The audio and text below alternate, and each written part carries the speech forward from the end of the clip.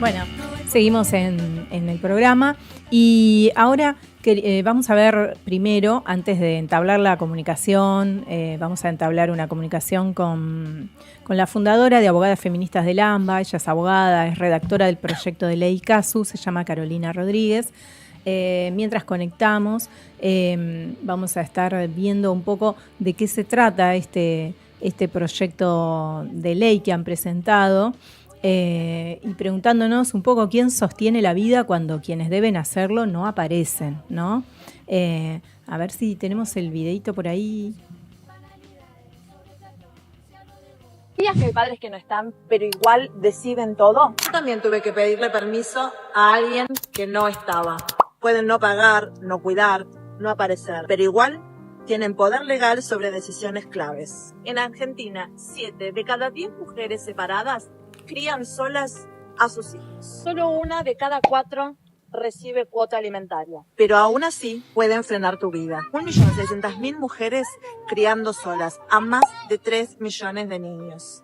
El 80% de los hogares monoparentales está a cargo de mujeres. Cuando vi lo de Casu entendí, no es un caso aislado. Yo necesito un permiso de viaje para poder llevarme a mi hija conmigo. Ya van a pasar más de un año, yo ese permiso no lo tengo. Me miró a los ojos y sin decirme nada me dijo, tenemos el control sobre vos y tu hija. Ya se discute suspender la responsabilidad parental si no cumplen. Y ocurre algo muy injusto.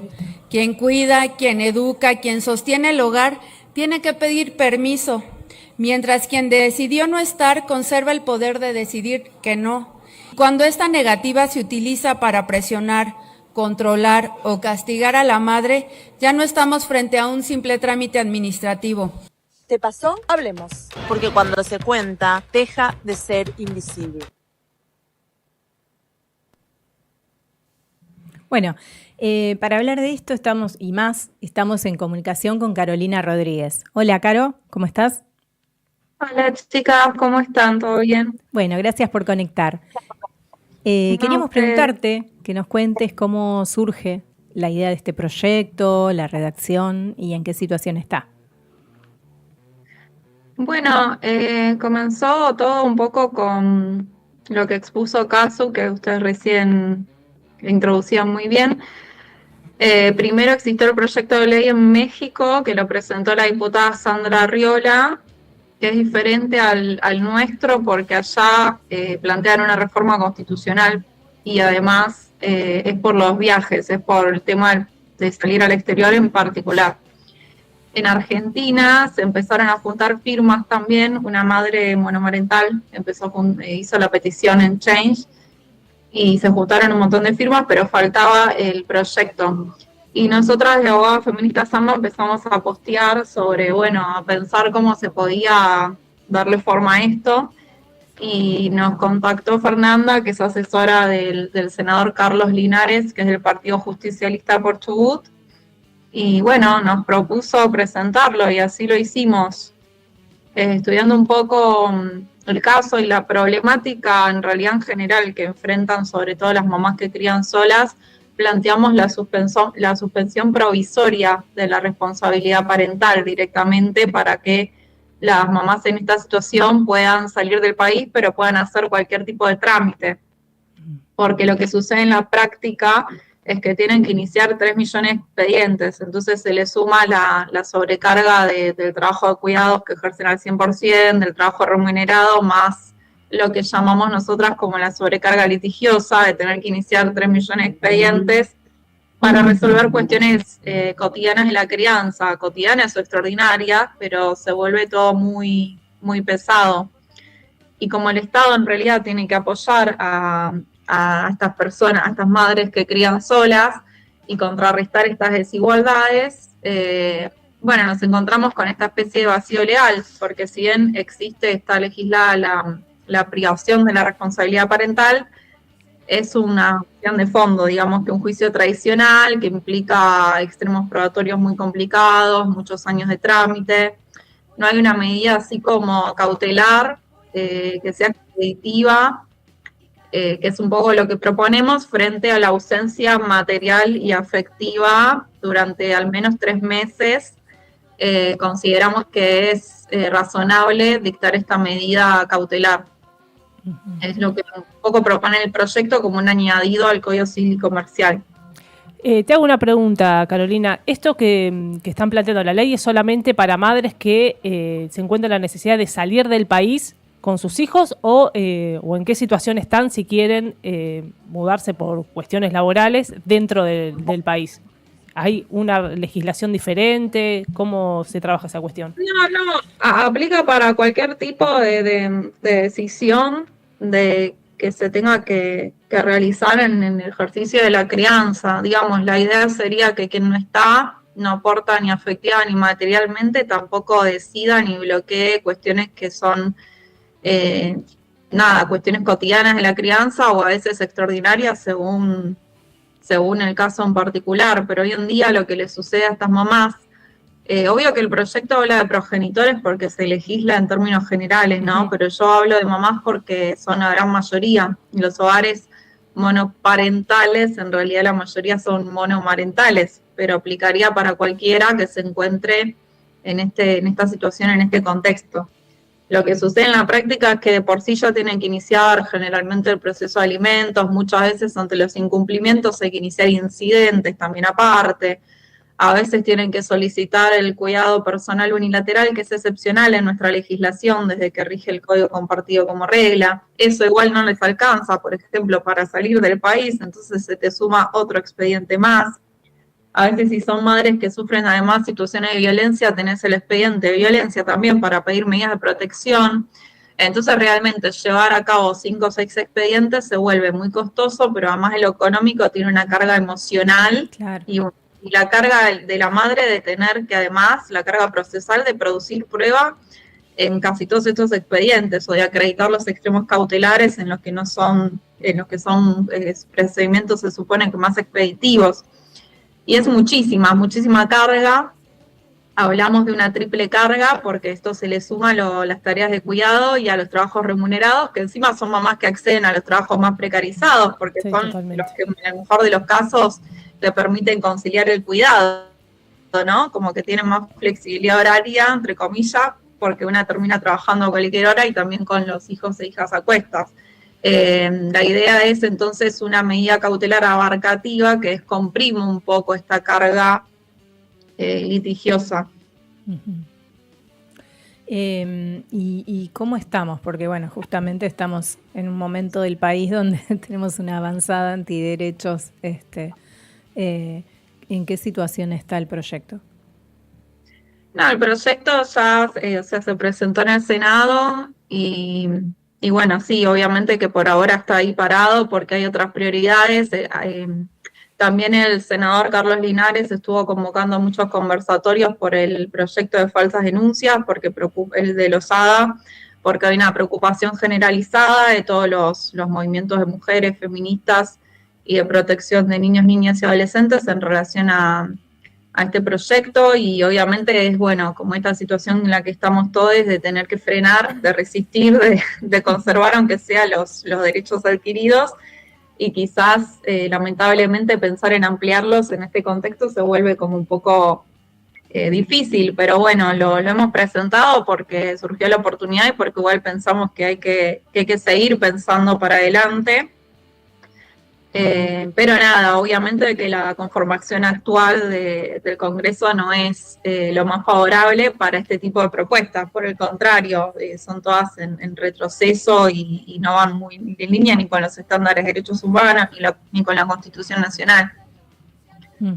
Sí, y bueno, ya lo estuvimos trabajando en nuestro programa que entrevistamos a Raquel Vivanco, pero la verdad es que es un tema que está ahora, justamente el de las falsas denuncias. Nos escribieron en el Instagram mucha gente que no está de acuerdo. Sí. Aunque el porcentaje real es mínimo, ya lo hemos dicho varias veces, ¿no? De las falsas denuncias, lo cual no sería un problema, sino que es una construcción esto del problema de las falsas denuncias.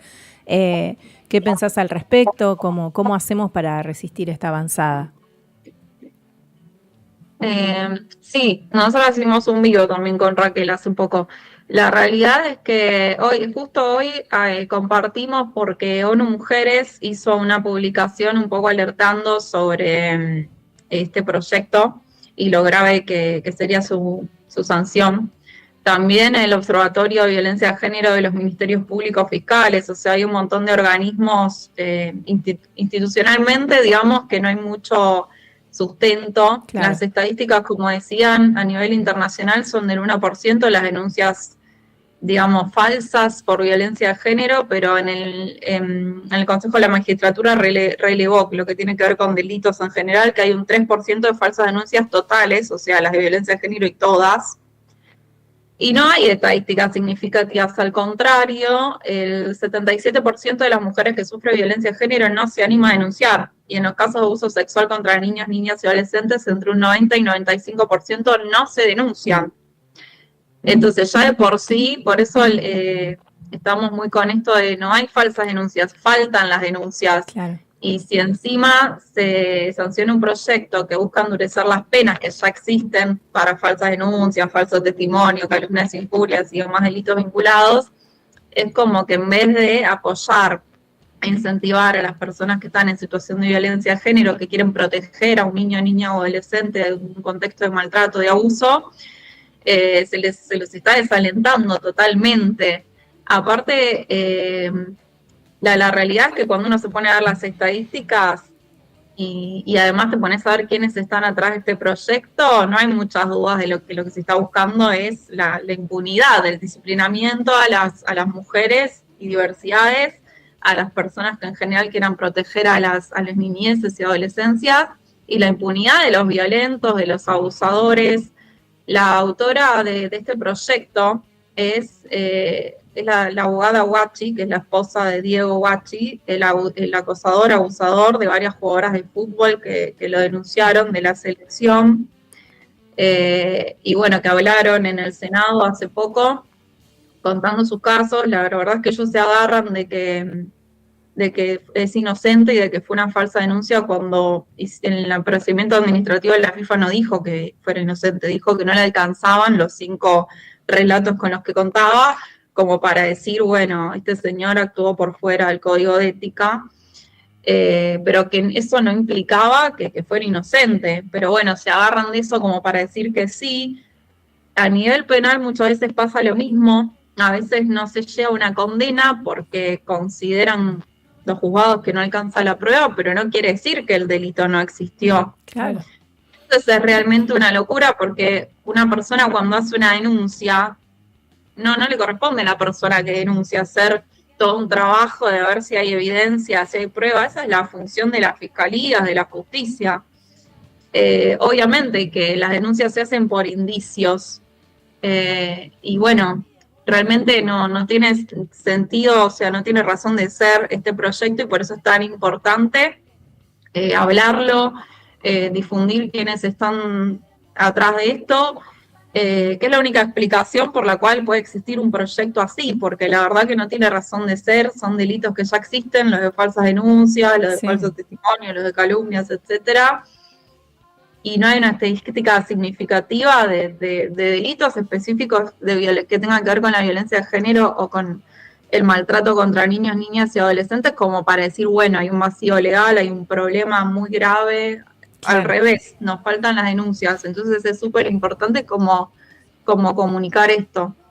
Sí, el objetivo siempre medio es el mismo, demonizar al feminismo, demonizar un poco la tarea de conquista y correr de la agenda justamente todo lo que tenga que ver con derechos o ampliar derechos hacia las cuestiones de género.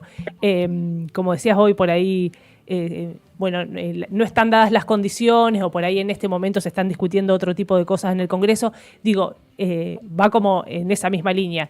Nunca es momento o nunca están dadas las condiciones. Siempre hay cosas más importantes, y en este caso siempre hay cosas más importantes y tiene que ver con coartar o impedir que las mujeres sigan mostrando cuál es la situación en la que se vive, ¿no?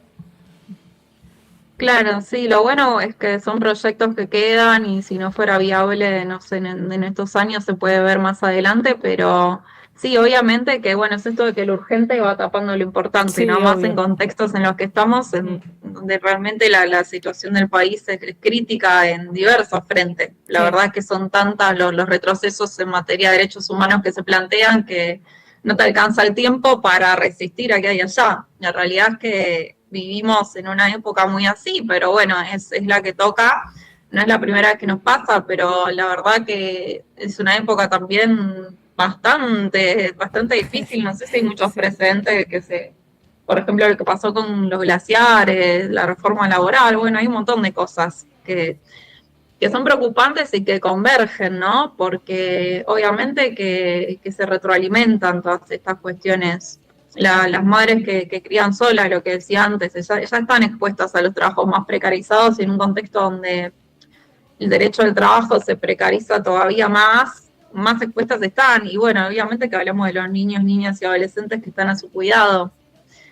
Entonces es una denegación directamente, no hay acceso a la justicia y eso es lo que en el proyecto hacemos hincapié, que el Estado tiene el deber de garantizar el acceso a la justicia a estas niñeces, adolescencias, de apoyar a estas madres que cuidan solas, no de meterles trabas, porque cuando la justicia es tan burocrática y cuando tenés que iniciar millones de expedientes para justificar por qué te corresponde el cuidado unilateral que es excepcional o por qué pedir autorizaciones supletorias porque el progenitor no está, la verdad, más el incumplimiento alimentario que tenés que promover también, si querés hacer valer ese derecho de tus hijos, la verdad que se vuelve una odisea y se vuelve prácticamente, muchas desisten en el camino, entonces Claro. ya hubo un fallo, de hecho, que el año pasado una jueza en Corrientes determinó la suspensión provisoria de la responsabilidad parental precisamente por el abandono afectivo y material. Pero bueno, fue un caso con una jueza con perspectiva de género. La idea de implementarlo legalmente es que esto se pueda